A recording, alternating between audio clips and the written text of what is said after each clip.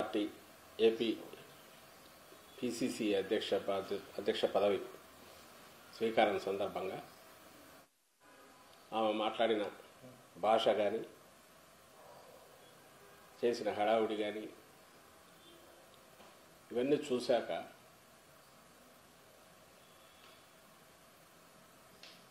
ఆమె కుటుంబానికి వైఎస్ఆర్ కుటుంబానికి సన్నిహితులుగా అలాగే ఈరోజు వైఎస్ఆర్ కాంగ్రెస్ రూపంలో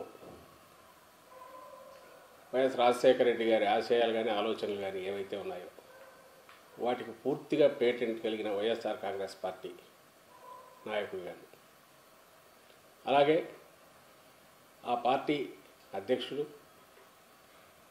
రాష్ట్ర ముఖ్యమంత్రి జగన్మోహన్ రెడ్డి గారు రాజశేఖర రెడ్డి గారి తనయుడుగానే కాకుండా ఆయన రాజకీయ వారసుడుగా కూడా తాను నిరంతరం వ్యక్తిగతంగా శ్రమించడం ప్రజల్లో మమేకం కావడం ఆ ఆశయాలకు కట్టుబడడం నిబద్ధతతో పనిచేయడం ఆ రకంగా ప్రజలు ముఖ్యంగా పేదలు దళితులు మైనారిటీలు ఎస్టీలు వెనుకబడ్డ వర్గాలు మొత్తంగా సమాజం ఆంధ్రప్రదేశ్ రాష్ట్రం మొత్తం హక్కున చేర్చుకున్న నాయకుడిగా ఆయనతో పాటు అడుగులేస్తున్న కార్యకర్తలుగా మేము అందరం బాధపడ్డాం. ఒక రకంగా జాలి కలుగుతుంది. ఎందుకంటే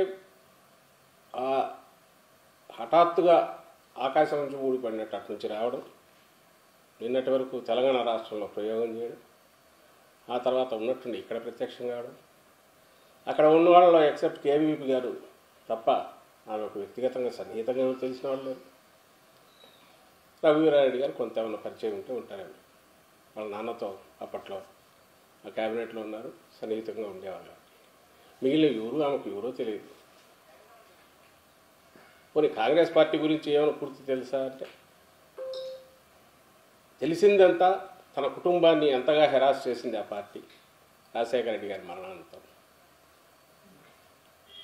రాష్ట్రానికి అన్యాయం చేయడంతో పాటు కుటుంబానికి ఎట్లా ద్రోహం చేసింది. ఏ రాజశేఖర రెడ్డి గారు అయితే 2 సార్లు ఆ పార్టీ కేంద్రంలో అధికారంలో రావడానికి ఆయన చేసిన కృషి ప్రధాన కారణమని అప్పుడు ప్రధాని కూడా మన్మోహన్ సింగ్ గారు చెప్పిన రాజశేఖర రెడ్డి గారి కుటుంబాన్ని ఆయన మరణానంతరం తర్వాత జరిగిన పరిణామాలు నేను దాని లోతుకు పోదలుచుకోలేదు. ఎందుకంటే అందరికీ తెలుసు.